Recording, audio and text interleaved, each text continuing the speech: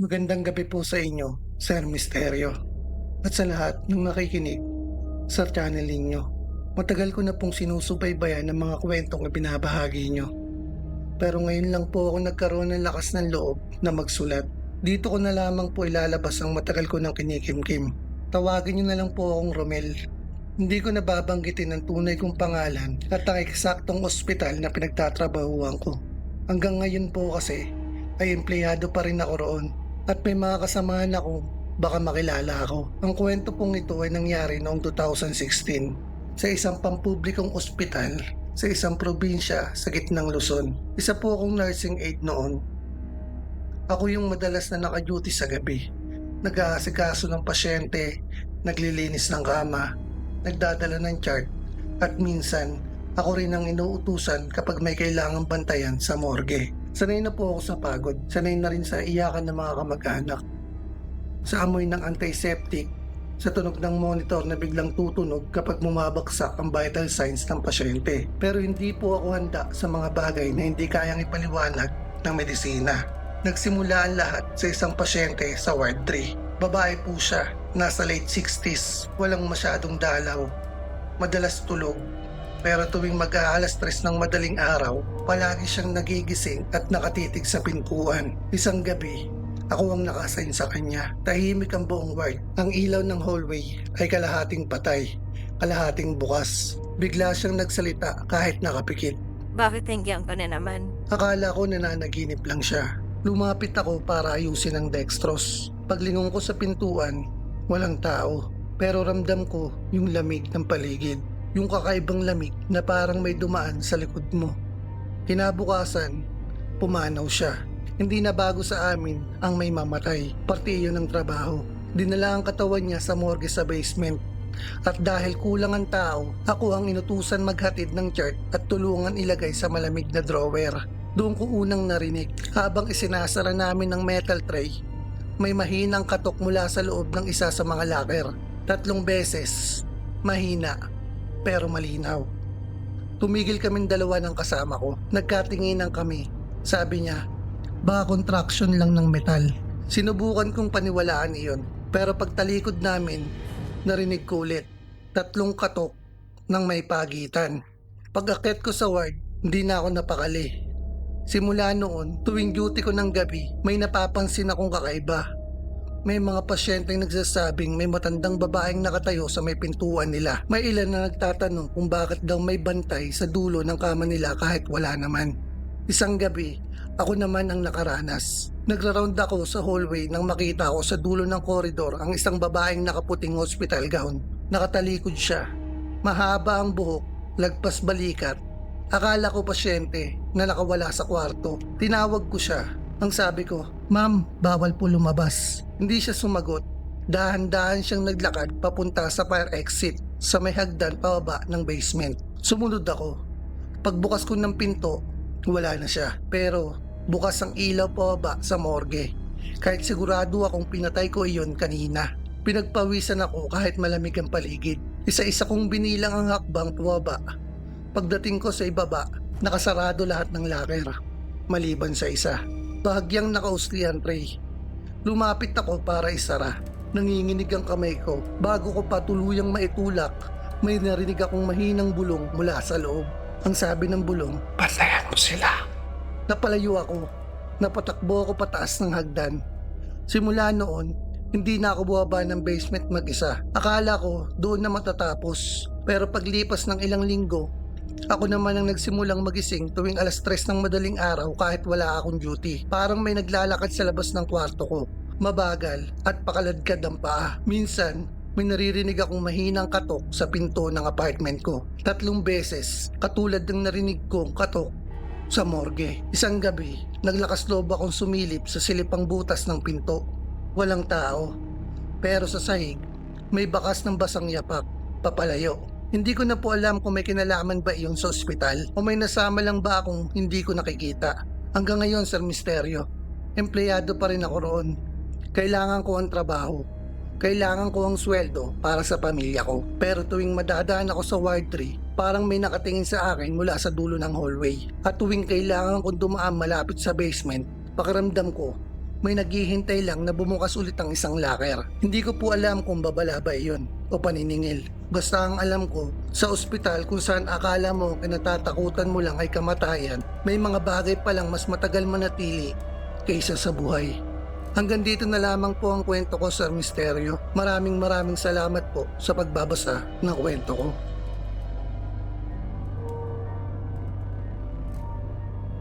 Magandang araw po sa lahat ng mga nakikinig sa channel ni Sir Misteryo. Matagal ko na pong gustong ibahagi ito, pero sa tuwing sisimulan ko, parang may pumipigil sa akin. Ngayon lang po ako nagkaroon ng lakas ng loob. Tawagin niyo na lang po akong Dana. Nakatira po ako sa isang lumang apartment na dikit halos sa likod ng isang pribadong ospital. Isang makitid na daan lang ang pagitan. Hindi po ako empleyado roon. Work from home po ako. Kaya madalas ay gabi ang gising ko. Noong una, wala naman akong napapansin. Sanay ako sa tunog ng ambulansya, sa iyakan ng mga kamag-anak, sa pag-andar ng generator kapag may emergency.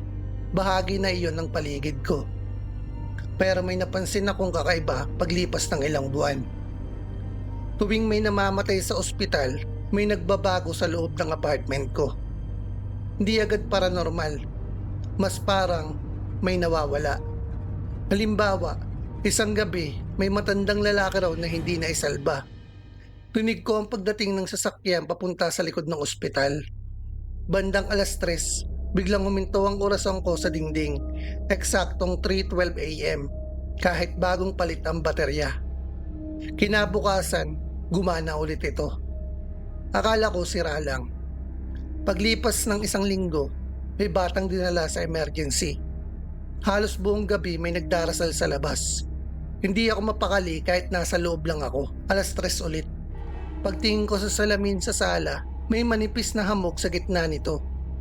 Kahit hindi naman malamig ang kwarto ko. At sa hamog na iyon, may tila guhit na palihis. Parang may daliring dumaan. Pinunasan ko agad para matuyo. Pero ilang minuto lang, bumalik ulit ang hamog. Mas malinaw na ang marka. Parang letra na hindi ko mabasa. Hindi ko na tinapos basahin. Tinakpan ko na lang ng tela ang salamin. Simula noon, mas naging tahimik ang apartment ko. Hindi dahil walang nangyayari, kundi dahil parang lagi na lang ako nakikiramdam at nakamasid. Minsan, habang nagtatrabaho ako, bigla na lang bumigat ang pakiramdam ng hangin. Hindi ito malamig, Sir Misteryo. Hindi rin mainit. Basta, parang siksik. May mga gabing bigla na lang bubukas ang gripo sa kusina. Hindi malakas, kundi isang patak lang na paulit-ulit. Pagtingin ko, mahigpit naman ang pagkakasara. Pero ang pinaka nagpayanig sa akin ay ng isang madaling araw, may nakita akong ilaw sa kisame. Hindi ilaw ng bumbilya. Isang mahinang refleksyon na gumagalaw, parang aninong dumadaan sa itaas ng bubong. Ang problema, wala namang itaas ang unit ko. Huling palapag na iyon. Sumilip ako sa bintana. May nililipat na namang katawan papunta sa likod ng ospital. Pagbalik ko sa loob, may tumunog sa laptop ko. Hindi notification, hindi rin tawag. Isang audio file na kusang nag-play ayon sa screen. Wala naman akong ganung file. Mahina lang ang tunog, parang hangin lang na dumadaan sa makipot na espasyo. Pero sa dulo ng recording, may isang malinaw na salita. Pinatry ko agad ang laptop. Kinabukasan, wala na ang file sa system history ko. Mula noon, hindi na ako nagtatagal sa sala kapag lampas 2:00. Hindi na rin ako tumitingin sa salamin tuwing madaling araw. Tinanggal ko na rin ang orasan sa dingding. Pero kahit anong iwas ko, may mga umaga na paggising ko, pakiramdam ko, may natulog sa kabilang bahagi ng kama ko. May bahagyang lubog ang kutsyon, kahit ako lang naman mag-isa. Hindi ko alam kung ang apartment ba ang pansamantalang hintayan na mga kaluluwang hindi pa handang umalis o kung may naiwan dito na ayaw nang sumunod sa iba. Hanggang ngayon, Sir Misteryo, nandito pa rin ako. Hindi pa kasi tapos ang kontrata ko. Hindi ko rin alam kung mas mabuti bang umalis o manatili. Ang alam ko lang, tuwing may naririnig akong iyakan mula sa ospital sa 10 oras ng gabi, hindi na ako agad nakakatulog. Dahil minsan, bago pa man sumapit ang 3:00, may kung anong dumarating at hindi ko sigurado kung maalis din ba ito. Hanggang dito na lamang po, Sir Misteryo. Maraming salamat po at sana po may bahagi niyo po ito sa channel niyo.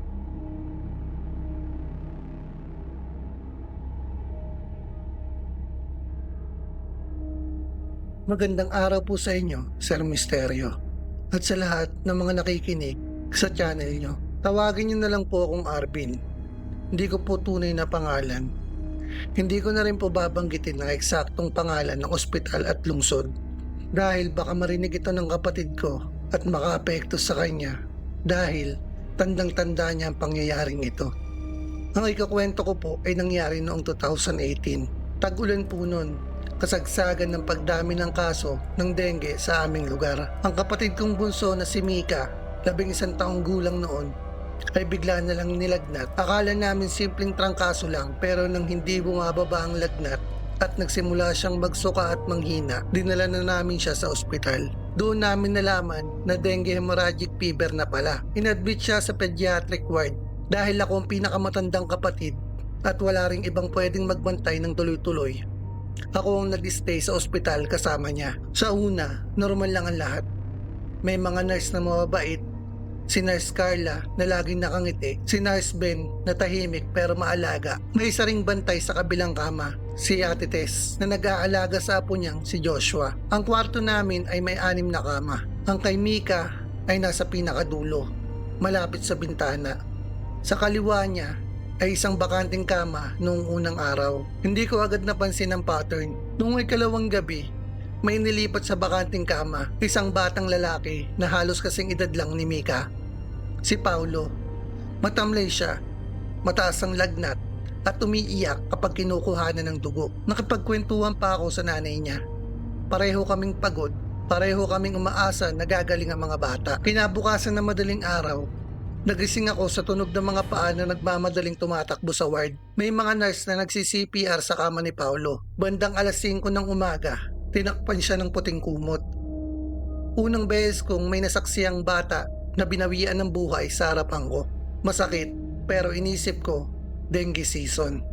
Maraming malala ang kaso. Pagkalipas ng isang araw, may bagong pasyente na naman sa parehong kama. Isang dalagitang si Ira, 13 taong gulang. Tahimik siya. Madalas, natutulog lang. Napansin ko lang na tuwing gabi, parang mas malamig sa bandang kama niya kaysa sa iba.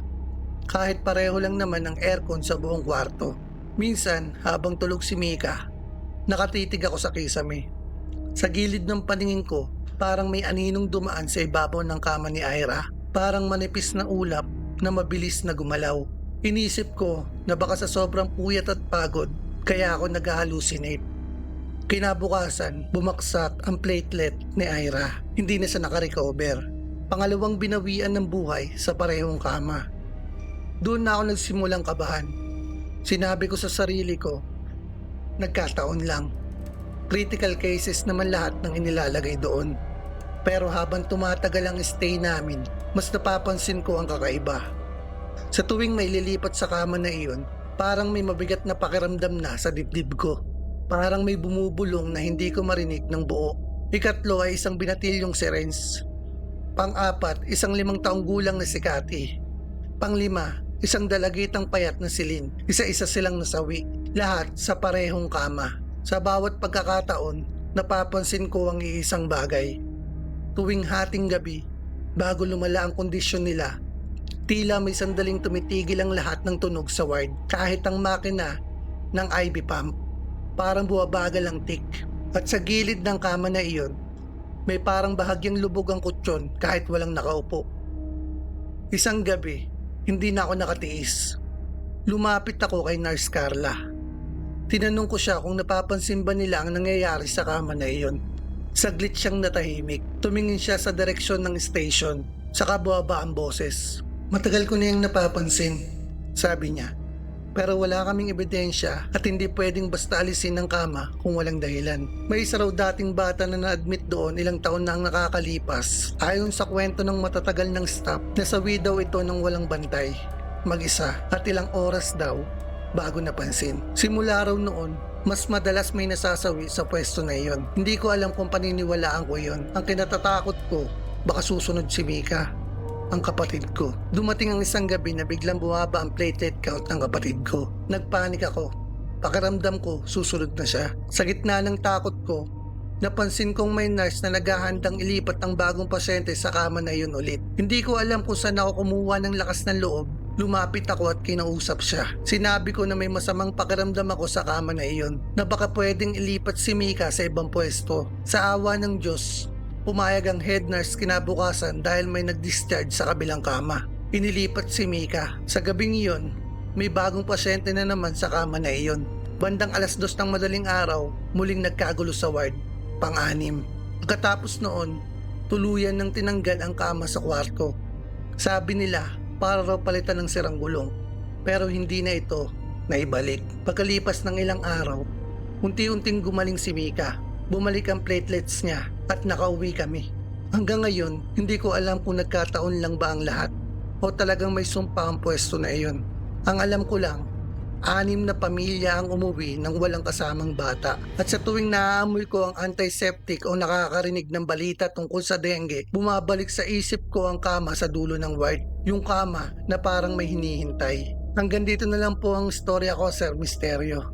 More powers po sa channel nyo at sana po mabigyan ng daan ang kwento kong ito.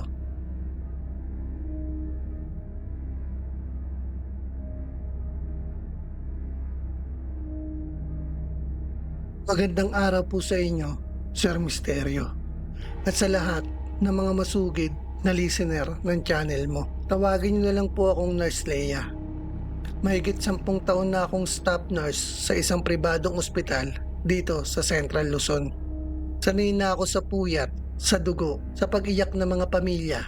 Pero may isang gabi na hanggang ngayon, kapag pumapasok ako sa duty at naaamoy ko ang disinfectant sa hallway, bumabalik sa isip ko ang isang ina at ang ginawa niya dahil sa kawalan ng pera.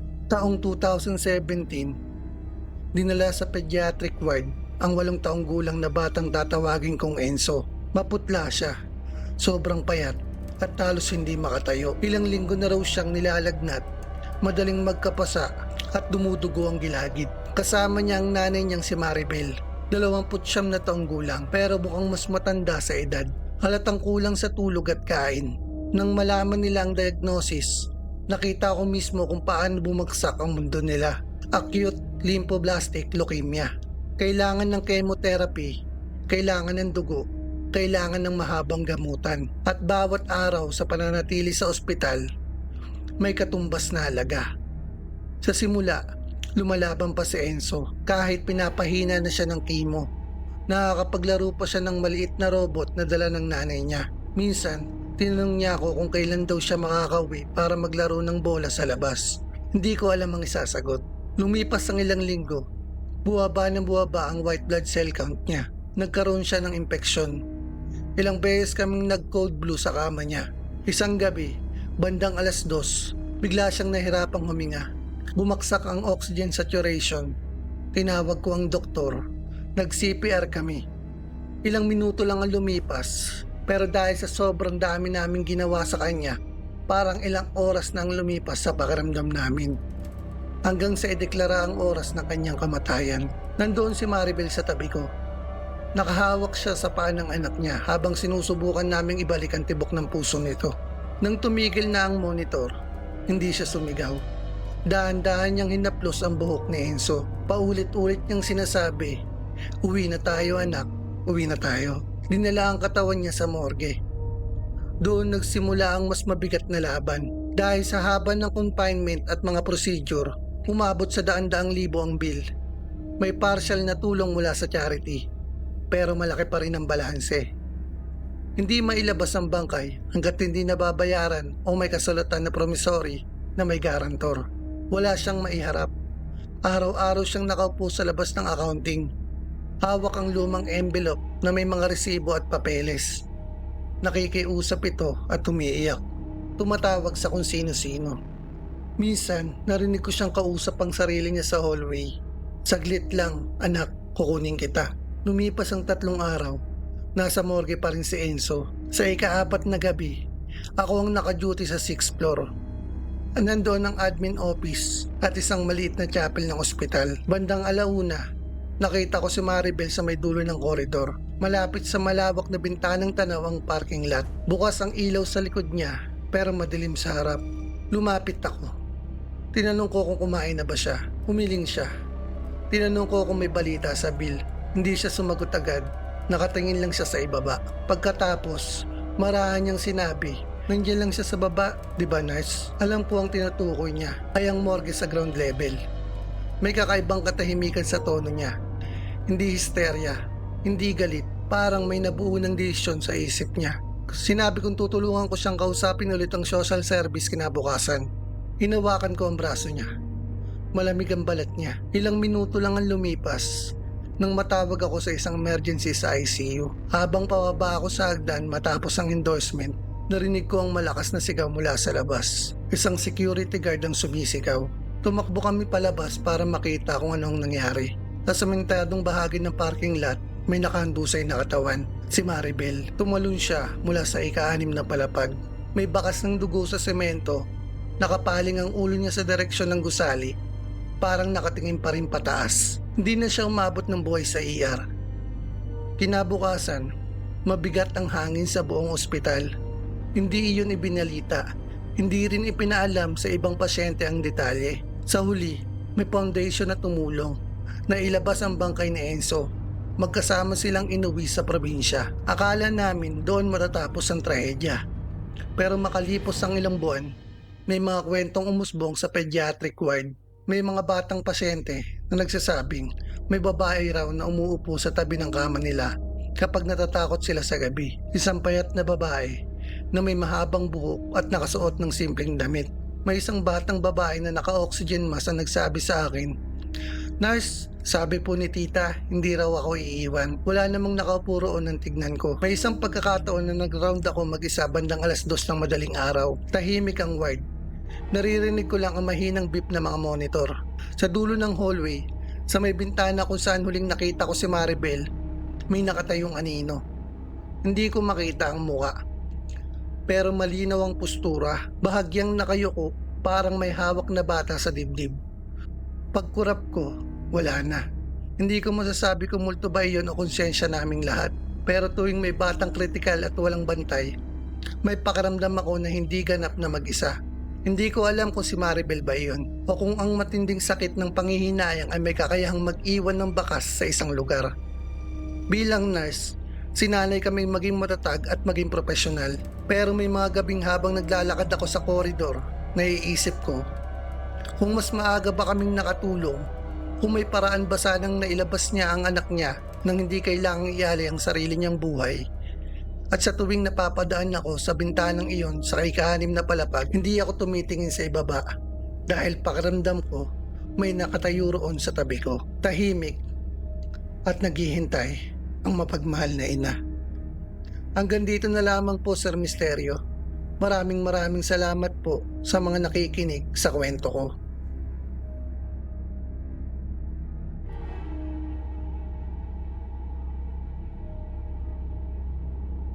Tawagan niyo na lang po akong Rogelio.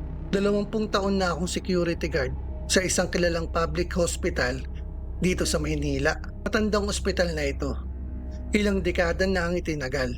Libo-libong pasyente na ang dumadaan. At kung totoo man ang sabi-sabi, libo-libo rin ang naiwan. Sanay na ako sa magdamag na duty. Sa pila ng pasyente sa ER, sa iyakan sa labas ng ward, sa mga kamag-anak na natulog sa karton sa gilid ng kalsada. Pero may mga bagay na hindi ko pa nakakasanayan, lalo na kapag sa gabi ka naka-assign. Karaniwan sa emergency entrance ako nakapost. Karaniwan sa emergency entrance ako nakapost. Pero paminsan-minsan, ako yung nilalagay sa lumang wing ng ospital.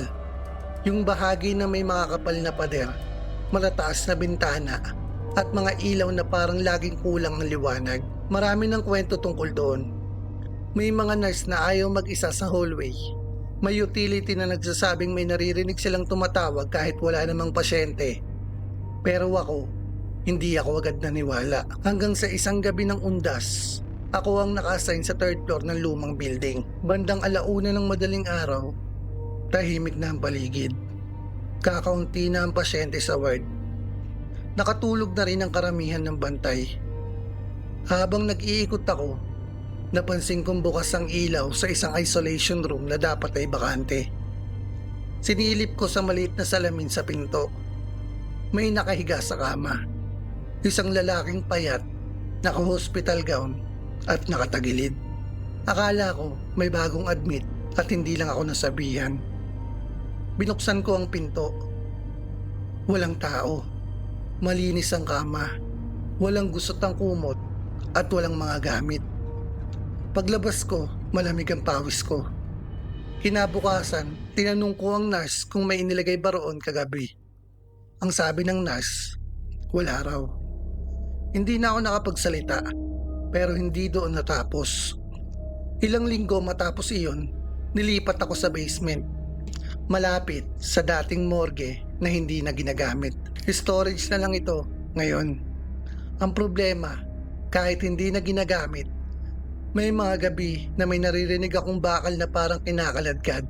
Parang may tray na isinasara.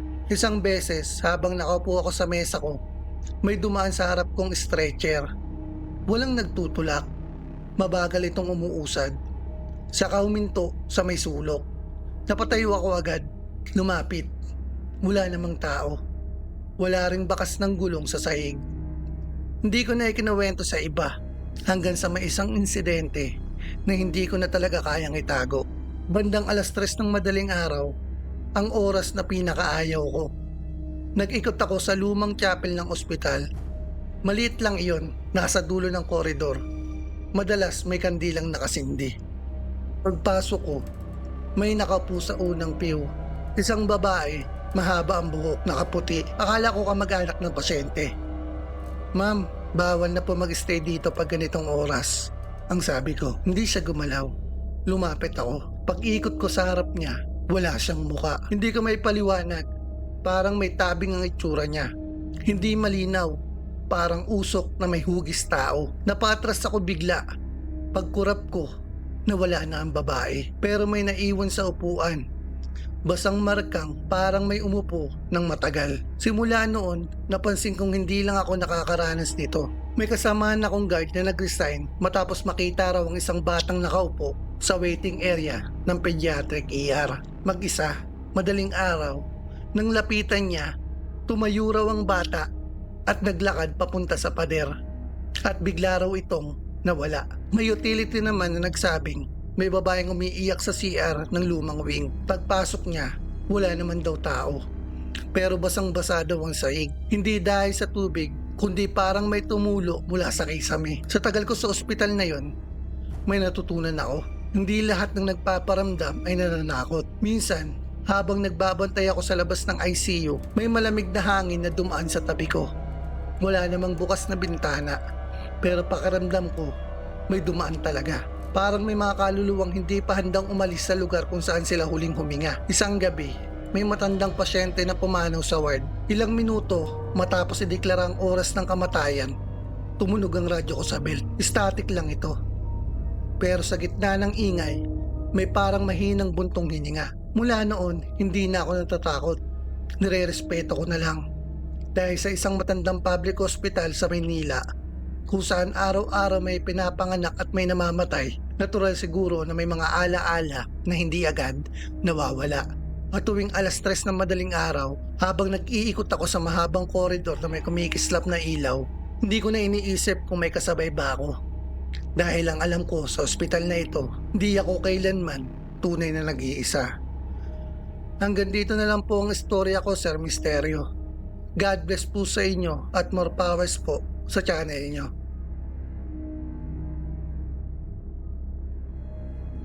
Magandang araw po sa inyo, Sir Misterio. Lalong-lalo na po sa mga katulad kong masugid na nakikinig sa channel nyo. Tawagin nyo na lang po akong Lando. Utility po ako, janitor. Sa isang lumang ospital dito sa Cebu City. Mahigit 15 taon na akong naglilinis ng sahig, CR, ward, at minsan pati sa lumang basement na bihira ng puntahan. Marami ng kwento tungkol sa ospital na ito. Matagal na itong nakatayo. Ilang henerasyon na ang ipinanganak at namatay sa loob ng mga pader nito. May mga nurse na nakaririnig ng tawag sa pangalan nila kahit walang tao. Mga pasyenteng nagsasabing may dumadalo sa kanila sa gabi kahit bawal ang bisita. Pero sa lahat ng karanasang iyon, may isang bagay na hindi ko malilimutan. Dahil lang nagpaparamdam, dati kong katrabaho at sobrang kaklose ko. Itago na lang po natin siya sa pangalang June. Magkasama kaming pumasok sa trabaho at halos araw magkasabay kami. Pareho kaming probinsyano, pareho ring breadwinner. Siya ang tipo ng tao na kahit pagod na pagod, may biro pa rin. Madalas kaming magkasama sa night shift. Ako sa third floor, siya sa old wing. Ang old wing ang pinakamatandang bahagi ng ospital. Makakapal ang pader, matataas ang kisame, at may mga ilaw na parang laging malabo ang sindi. Doon daw pinakamaraming nagpaparamdam. Si June hindi naman natatakot. Sabi niya sa akin minsan habang nagkakape kami sa pantry, kung may multo man dito, pareho lang kaming naghahanap buhay. Tumawa lang ako noon hanggang sa nagkasakit siya. Hindi malala sa una, ubo, lagnat, panghihina. Pero dahil sa puyat at pagod, lumala ito ng lumala. Na-admit din siya sa mismong ospital na pinagtatrabahuan namin. Ilang linggo niyang nilabanan ng pulmonya. Hanggang sa isang madaling araw, pumanaw na ang kaibigan ko sa ICU. Masakit sa akin yun. Sanay akong may kasama sa duty. Bigla akong naging mag-isa. Akala ko doon na matatapos. Pero hindi pala, Sir Misteryo. Unang linggo matapos ang libing niya, nakasign ako sa old wing sa dati niyang area. Habang nagmamap ako sa hallway bandang 2:00 ng madaling araw, may naamoy akong pamilyar. Yung sabon na ginagamit ni June. Kilalang kilala itong brand na to dahil nga mura at matapang ang amoy na lemon. Hindi yon ang standard disinfectant ng ospital. Napahinto ako. Paglingon ko sa dulo ng koridor, may aninong gumagalaw. Parang may taong nagwawalis. Narinig ko pa ang tunog ng walis tambo na kumikiskis sa sahig. Sabi ko, June, kahit nanginginig ang boses ko. Biglang tumahimik. Paglapit ko sa dulo, wala namang tao. Pero may bahagi ng sahig na basa, parang bagong map. Kinabukasan, tinanong ko ang supervisor ko kung may ibang naka-duty noon. Ang sagot ng supervisor ko, wala raw.